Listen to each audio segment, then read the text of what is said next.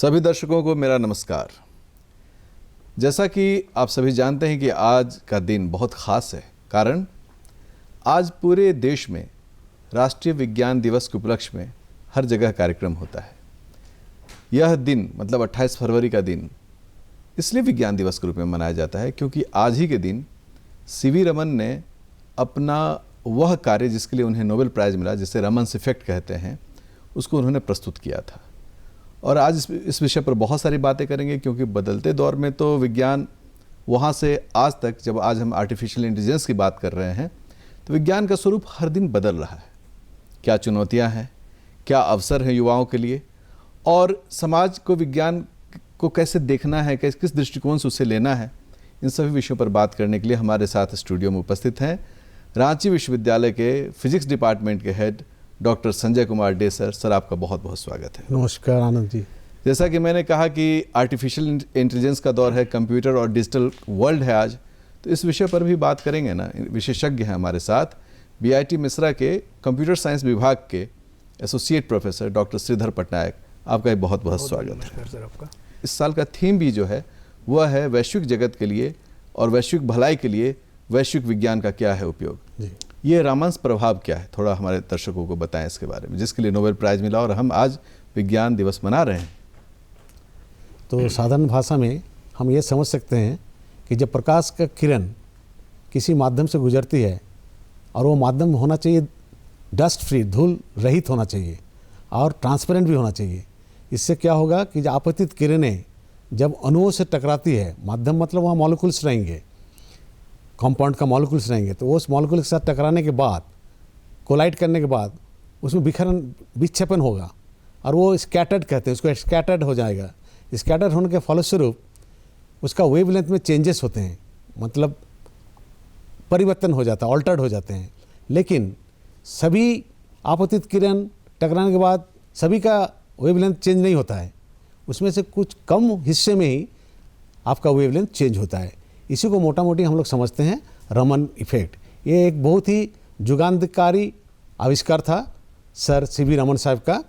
1928 में 28 फरवरी को उन्होंने ये खोज की थी और जिसके कारण हमें उन्हें नोबेल प्राइज़ 1930 में दिया गया।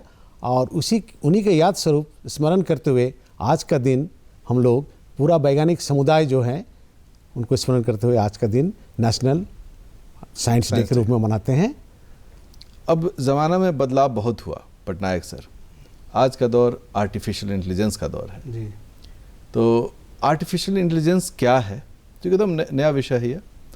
तो जिज्ञासा भी है सबको कि अलग अलग तरह से लोग पढ़ भी रहे हैं, सोशल मीडिया पर आ रहा है, टीवी पर आ रहा है, अखबारों में आ रहा है, ख़राब है, अच्छा है, सदुपयोग दुरुपयोग, कई तरह के मतलब डिस्कशंस चल रहे हैं। तो आप हमारे दर्शकों को पहले ये बताएं कि आर्टिफिशियल इंटेलिजेंस क्या होता है। दरअसल आर्टिफिशियल इंटेलिजेंस, संसार में मानव जो है सबसे बुद्धिमान व्यक्ति है। जैसे मैंने कहा कि आर्टिफिशियल इंटेलिजेंस में मानव का बुद्धि अगर किसी मशीन में डाल दिया जाए तो क्या वो मशीन मानव की तरह बिहेव करेगा, मानव की तरह व्यवहार करेगा, उसे हम लोग आर्टिफिशियल इंटेलिजेंस कहते हैं। अगर हम जैसे सोच रहे हैं, हम जैसे कार्य कर रहे हैं, क्या कोई मशीन वैसा कर सकता है, तो उसे आर्टिफिशियल इंटेलिजेंस कहते हैं।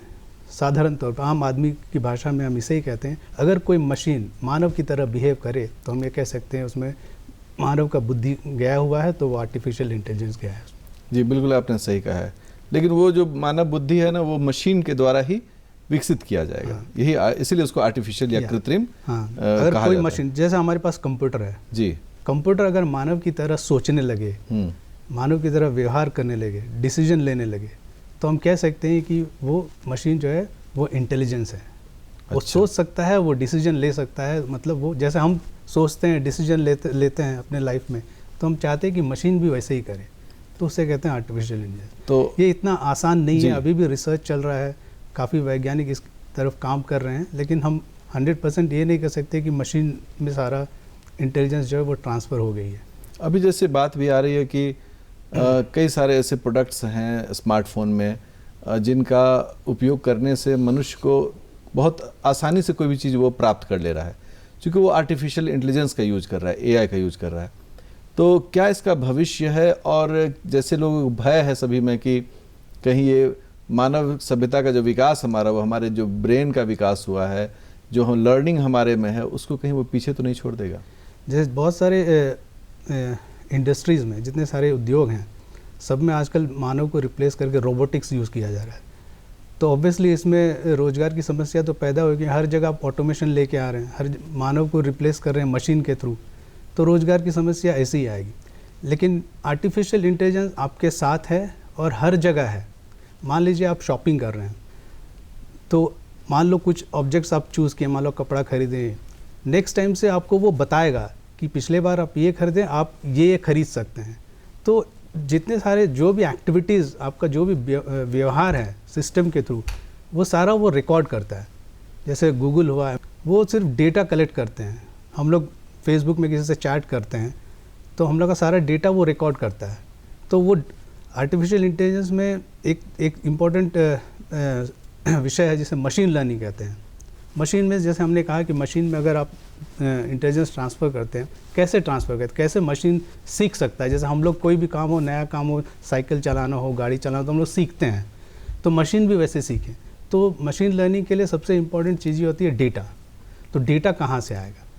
तो डेटा चाहिए सिस्टम को इंटेलिजेंट बनाने के लिए, उसको ट्रेन करना होता है। तो हम लोग क्या है, मशीन लर्निंग एल्गोरिदम डेवलप करके उसमें वो इंटेलिजेंस ट्रांसफ़र करते हैं। और जो काम हम कर रहे हैं, हाँ। क्या संजय सर, जो काम हम कर रहे हैं, मान लीजिए उसमें हम सर्च कर रहे हैं पढ़ाई लिखाई के बारे में, दवाइयों के बारे में, सिनेमा के बारे में, तो वह कहीं ना कहीं मशीन उसको सीखता है। जो आर्टिफिशियल इंटेलिजेंस है उसको कैसे सही तरीके से यूज करें? ऐसा है कि आर्टिफिशियल इंटेलिजेंस आने के बाद मानव में बहुत सारा परिवर्तन हुए हैं। आम आदमी का सोच में भी काफ़ी परिवर्तन हुआ। लेकिन बच्चों लोग को अगर ज़्यादा आप इसके साथ यूटिलाइज़ करना चाहिए, अगर वो लोग चाहें कि ज़्यादा यूटिलाइज़ करें मोबाइल्स को और सारा चीज़ सर्च करें, इंटरनेट सर्च करें, पढ़ने लिखने के तौर पर से तो अच्छा है ये, लेकिन उसका ज़्यादा इस्तेमाल अगर से बैड इस्तेमाल, मिसयूज़ अगर करने लगे, समय का सदुपयोग नहीं करके अगर दुरुपयोग करने लगे, तब तो चिंता वाला विषय है ये। और निश्चित रूप से ये चिंता का विषय है भी। लेकिन कहते हैं कि हर एक जो नया आविष्कार होता है वह भला करने के लिए होता है, तो उसके साथ कुछ न कुछ डिमेरिट्स या बुराइयां भी साथ साथ में चली आती हैं। अब संजय सर, आपसे ही एक बात करना चाहेंगे कि आज का दौर जो है उसमें एनर्जी बहुत बड़ी बात है ना। सभी देश या सभी जो लोग हैं वो चाहते हैं ज़्यादा से ज़्यादा ऊर्जा का उपयोग करें। उसके लिए उनके पास गाड़ी है तो उसमें पेट्रोल चाहिए, घर है तो उसमें गैस चाहिए, गैस का सिलेंडर चाहिए, बिजली के काम के लिए इलेक्ट्रिसिटी चाहिए। अब इतने बड़े जनसंख्या को ऊर्जा प्रदान करना और सबको, लास्ट पर्सन, मतलब दुनिया का जो सबसे गरीब व्यक्ति है उसको भी ये फ़ायदा हो, इस दृष्टिकोण में आप कैसे देखते हैं कि हम ये इस एनर्जी डिमांड को वैज्ञानिक दृष्टिकोण से पूरा कर सकते हैं, या क्या ऐसे नए रिसर्च हो रहे हैं? देखिए, एनर्जी हमारे जीवन के लिए बहुत ही ज़रूरी चीज़ है। बिना एनर्जी के हम जीवित भी नहीं रह सकते हैं। और आपको सबको मालूम ही है कि sun is the ultimate source of energy. तो आप जो नेचुरल एनर्जी की बात करें, जैसे कोयले से एनर्जी आ रहा है, ईंधन जलाने की एनर्जी आ रहा है, पेट्रोलियम का एनर्जी आ रहा है, गैसोलीन से एनर्जी आ रहा है, ये एक ना एक दिन धीरे धीरे इसकी ख़त्म होने के कगार पे आ जाएंगे। लेकिन कुछ एनर्जी है जिनको हम लोग को हार्नेस करना है। जैसे सोलर एनर्जी का मैक्सिमम यूज़ करना चाहिए, विंड एनर्जी का यूज़ करना चाहिए, न्यूक्लियर एनर्जी भी आप यूज़ करते हैं जी। अब न्यूक्लियर एनर्जी का हम लोग जब न्यूक्लियर का बात करते हैं तो सब सोचते हैं कि शायद न्यूक्लियर मतलब ही हो डिसास्टर, हैजार्डस। हाँ, तो परमाणु बम वहाँ वाली बात आ जाती है। ऐसा बात नहीं है। आप परमाणु शक्ति का भी गुड यूटिलाइज कर सकते हैं, मानव सभ्यता के विकास के लिए कर सकते हैं, ईज ऑफ लिविंग के लिए भी कर सकते हैं। मतलब एनर्जी मिलेगा, अगर न्यूक्लियर एनर्जी से मिलेगा, पावर मिलेगा, तो आप उसको समुदाय के लिए यूज़ कर सकते हैं, मानव के लिए विकास के लिए यूज़ कर सकते हैं, सभ्यता के लिए कर सकते हैं। और फिर उसका अगर आप बैड यूज़ करना चाहिएगा तो एटम बम के लिए आप जानते हैं, उसके BBC का भी आपने देखा है, हम लोगों ने नहीं देखा है लेकिन हमारे पूर्वजों ने देखा है, जापान में हिरोशिमा नागासाकी में उसका BBC का दिखा है। लेकिन ये एनर्जी तो बहुत ही ज़रूरी चीज़ है।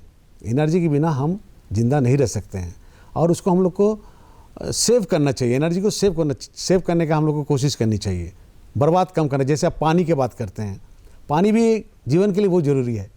तो पानी का स्रोत को अगर आप नहीं रखिएगा बचा के, तो तो आगामी दिनों में तो हम लोग कहाँ रहेंगे? बिल्कुल, मानव मतलब सभ्यता ही डूब जाएगी। Save energy, save water, save water, save life, safe life. बिल्कुल बिल्कुल, आपने बिल्कुल सही कहा।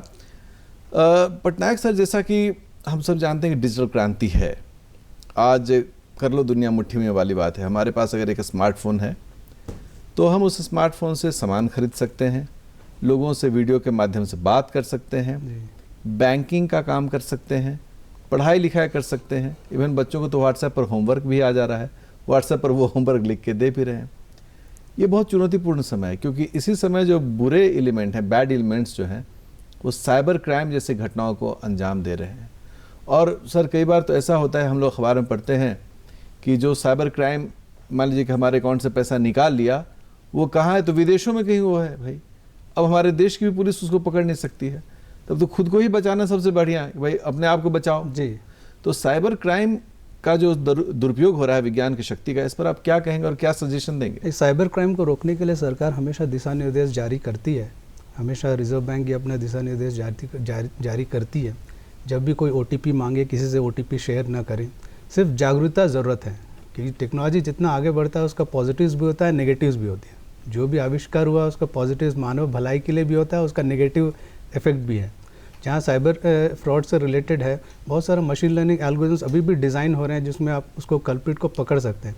लेकिन हमेशा सरकार यही दिशा निर्देश देती है कि आप सतर्क रहें, जागरूक रहें। कोई भी गलत कोई भी इंसान आपको फ़ोन करके अगर OTP अगर शेयर करने बोलता है तो बिल्कुल शेयर ना करें। ये बहुत मतलब ही खुद इम्पोर्टेंट से ही बात है। अपने आप को सुरक्षित रख सकते अपने हैं, रखना है। कहने का यही है।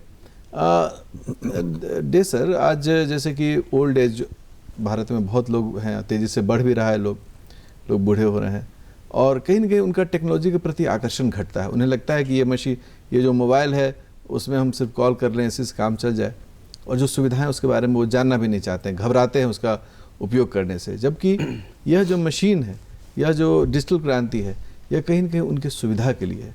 उनको ज़्यादा से ज़्यादा मतलब कि हेल्थ हो, अब डॉक्टर मोबाइल पर अवेलेबल हैं, दवाइयाँ मंगानी हो आप दवाई मंगा सकते हैं, आप अपने बच्चों से बात कर सकते हैं, क्योंकि बच्चे वर्किंग हैं और जो ओल्ड एज पर्सन है वो कहीं ना कहीं उनसे अलग रह रहे होते हैं। तो आप क्या कहेंगे, कैसे इस टेक्नोलॉजी का यूज़ जो है ओल्ड एज पीपल खासतौर पर कर सकते हैं? देखिए, एक्चुअली ओल्ड एज पीपल जो है, आज के ज़माने के जो माने विज्ञान का जो विकास हुआ उससे लोग बहुत दूर चले गए हैं। अब इस डेवलपमेंट के नज़दीक लाने के लिए बहुत सारा कोशिश करना पड़ेगा आपको। उनको समझाना ही एक सबसे बड़ी चैलेंजिंग रोल है, क्योंकि तकनीकी रूप से वो कमज़ोर हैं। सबसे बड़ी बात है, तकनीकी रूप से कमज़ोर है तो वो जानना भी नहीं चाहते हैं, क्योंकि उनको डर लगता है हमेशा। जैसे आपने बताया अभी, साइबर फ्रॉडिज़म हो रहा है, साइबर टेक्नोलॉजी का यूज़ हो रहा है, सब फ्रॉडिज़म हो रहा है। KYC मांगते हैं आदमी, तो आदमी देना नहीं चाहता है। कोई भी चीज़ शेयर नहीं करना है, ना तो OTP शेयर करना है, ना तो आपका KYC देना है, सीधे बैंक में जाके करना है। तो ओल्ड एज के आदमी लोग इस चीज़ से कतराते हैं, डरते हैं इस बात से कि मोबाइल में हम कहीं गलत यूज़ करें तो मेरा बैंक अकाउंट खाली हो जाएगा। निश्चित रूप से विज्ञान की जो ताकत है ना उसको समझना, जबकि विज्ञान जो है वो सभी लोगों के लिए है। आप चूँकि फिजिक्स के प्रोफेसर भी हैं, आप कैसे देखते हैं कि विज्ञान जो है वो सभी लोगों के लिए है? विज्ञान सभी लोगों के लिए है, और विज्ञान का सबको वैज्ञानिक सोच भी रखना चाहिए मेरे विचार में, क्योंकि वैज्ञानिक सोच नहीं रखेंगे आज के ज़माने में तो काफ़ी पिछड़ते जाएंगे हम लोग, और देश भी पिछड़ता जाएगा, और सभी को ही हम लोग पिछड़ते जाएंगे। और ईज़ ऑफ लिविंग में विज्ञान का बहुत योगदान है, आप तो जानते ही हैं। आज हमारे घर में आज से 100 साल या 150 साल पहले लाइट नहीं थी। एडिशन साहब का आविष्कार हुआ तो हम लोग लाइट देख रहे हैं। धीरे धीरे आप देख रहे हैं सब कुछ हुआ, टेलीविज़न हुआ, क्रांति हुई, संचार क्रांति हुई, कम्युनिकेशन हुआ, सारा चीज़। इसके पहले क्या था, मैग्नेट तक क्या है आदमी नहीं समझते थे, और मैग्नेट को लेके जितने भी फ्रॉड प्रकृति के व्यक्ति थे उन लोग बोलते थे ये जादू है, नचाते थे पिन्स को, और उसको मैग्नेट को छुपा देते थे, और पिन नाचता था तो गांव वाले या सरल स्वभाव के जो व्यक्ति रहते थे जिनको विज्ञान का कोई समझ नहीं था, वो सोचते थे ये सब जादू टोना है, कैसे हो रहा है। तो विज्ञान का सोच तो रखना ही पड़ेगा, वैज्ञानिक सोच आपको रखना पड़ेगा, जानना पड़ेगा।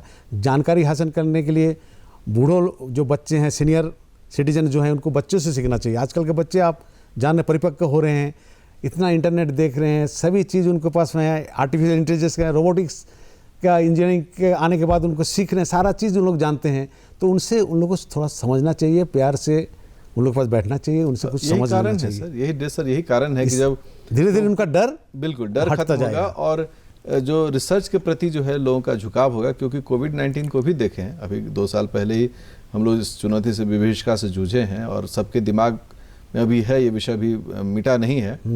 तो भारत ने अपने वैज्ञानिक शक्ति के कारण ही, चाहे वो बायोटेक्नोलॉजी के फील्ड में हो, चाहे फिर इन ऐप के फील्ड में हो, इंफ्रास्ट्रक्चर के फील्ड में हो। पटनायक सर, आपसे जानना चाहेंगे कि आपसे जो चर्चा हो रही थी, आपने भी इस फील्ड में कुछ किया था काम, कुछ बताइए हमारे दर्शकों। जी हाँ, जैसे कि पिछले 2 साल हम लोग कोविड से जूझते रहे, काफ़ी जाने गई हैं, तो काफ़ी रिसर्च हुआ इसमें। तो हमने भी एक कोविड-19 detection using mobile app at back end में उसको आर्टिफिशियल मशीन लर्निंग एल्गोरिथम से डेवलप किया है, प्रेडिक्टिव मॉडल्स। उसमें यह किया है कि हमने जो भी कोविड-19 का डिटेक्शन है, या तो एक्सरे से होता है कि लंग कितना इन्फेक्ट हुआ है, या तो सीटी स्कैन से, या अल्ट्रासाउंड इमेजेस से, रेडियोलॉजिकल इमेजेस जिन्हें कहते हैं। तो आम आदमी जो है वो सीटी स्कैन और ये अल्ट्रासाउंड उनके लिए काफ़ी खर्चीला हो जाता है, तो एक्सरे काफ़ी सस्ता होता है। तो हमने एक्सरे इमेजेस, बहुत सारे एक्सरे इमेजेस को ट्रेन करके उसमें मशीन लर्निंग एल्गोरिथम बैकएंड में चला के एक मोबाइल ऐप तैयार किया है, जिसमें जब भी कोविड-19 पेशेंट का जो एक्सरे आए उसका फ़ोटो लेके उसमें बता दिया जाएगा कि आपको कोविड-19 है कि नहीं। साथ में लंग्स से रिलेटेड जो भी बीमारियां हैं वो भी आपको बता देंगे मोबाइल ऐप में। सो पिछले 2 साल में हमारे स्कॉलर जो योगेश महाराष्ट्र से आए हुए हैं BIT में, जो हमारे अंडर रिसर्च कर रहे हैं, उन्होंने इसको डेवलप किया और उन्होंने जो भी रिसर्च किया इस डायरेक्शन में कोविड-19 डिटेक्शन को लेके, उसमें वर्ल्ड में उसका पेपर पब्लिकेशन भी हुआ है, वर्ल्ड एक्सेप्ट किया है इसको। क्या नाम है, आपका नाम क्या है? किसका? वही जो ऐप आपने बनाया है, कोविड-19 ऐप ही है उसका। अच्छा, उसका कोविड-19 ऐप। ये सचमुच बहुत आपने इंटरेस्टिंग बात बताया है और निश्चित रूप से इस तरह के जो ऐप हैं उसका इस्तेमाल करने से लोग जो हैं वो काफ़ी आसानी से वैज्ञानिक चीज़ों से लाभ ले सकते हैं। सस्ते दाम पे ये उपलब्ध होना चाहिए बस। हाँ, बस वो चीप है, कई तो बहुत फ्री भी अवेलेबल है। और डे सर, आज के दौर में पर्यावरण भी बहुत बड़ी चुनौती है। पर्यावरण जिस तरह भी हमने हाल में ही देखा है कि एक देश है और उसमें जो भूकंप हुआ है, तो मतलब जो जान माल का नुकसान है वो लगता है किसी सिनेमा की तरह देख रहे हैं हम लोग। तो कहीं ना कहीं जो डिजास्टर से बचने के लिए या जो क्लाइमेटिक चेंज है, जो पर्यावरण में बदलाव हो रहा है, उससे बचने के लिए विज्ञान का उपयोग किया सकता है। आप इस विषय में क्या कहना चाहेंगे? देखिए, नेचुरल कैलामिटी से बचने के लिए हमारे देश के साइंटिस्ट, इंजीनियर्स लोग बहुत सारा मॉडल तैयार किए हैं और मॉडल के आधार पर वो लोग सिमुलेट करते हैं कि ऐसा था तो इस तरह से इसका रिजल्ट ऐसा हुआ।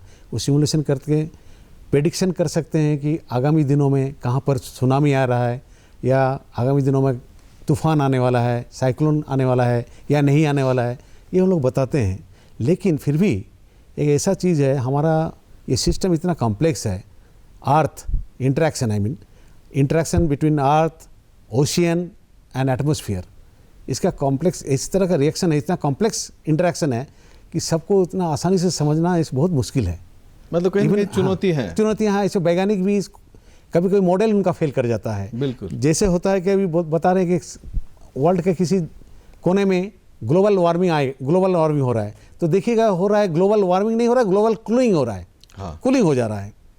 तो कभी कोई मॉडल हो रहा फेल करता है, लेकिन ये मेजॉरिटी ऑफ द केसेस में मॉडल का प्रेडिक्शन एकदम सही ही होता है। तो ये मॉडल हम लोग अगर ठीक से जितना डेवलप कर सके, मॉडल का सिमुलेशन जितना अच्छे से कर सके, तो हम लोग प्रेडिक्ट कर सकेंगे कि भूकंप आने वाला है, या पहले से हम लोग मतलब क्या करना चाहिए, बचाव त्रासदी से विज्ञान बच ही सकते मदद हैं। कर सकता है। त्रासदी से हम विज्ञान से ही इसका हम लोग प्रेडिक्शन कर सकते हैं और लोगों को हम लोग बचा भी सकते हैं। और भी देखिए, जितना सारा तूफान आया हुआ है रिसेंटली, तो जान माल का नुकसान काफ़ी कम हुआ है, क्योंकि लोगों को पहले से ही सचेत कर दिया है कि तूफान आने वाला है, उनको सुरक्षित जगह पे भेज दिया जाता था।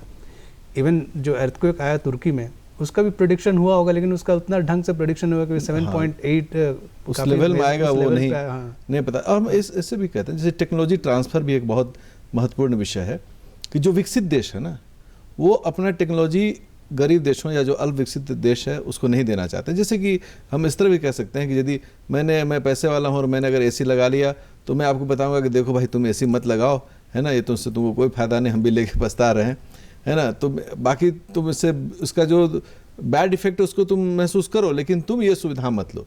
कहीं न कहीं विकसित देश जो हैं इस परफॉर्मा में जो ग्रोइंग कंट्रीज़ हैं उनके वैज्ञानिक दृष्टिकोण को दबाने की कोशिश करते हैं। इस पर आप क्या कहते हैं डॉक्टर पटनायक? तो मेरा तो यही कहना है कि अपना साइंटिफिक टेम्पर हमेशा रखें, क्योंकि सरकार ने भी स्कूल लेवल से ही इसको प्रोत्साहन दे रही है कि जो हमारे बच्चे हैं, छोटे छोटे बच्चे हैं, उनमें साइंटिफिक टेम्पर कैसे डेवलप करना है ह्यूमन वैल्यूज़ के साथ, ठीक है।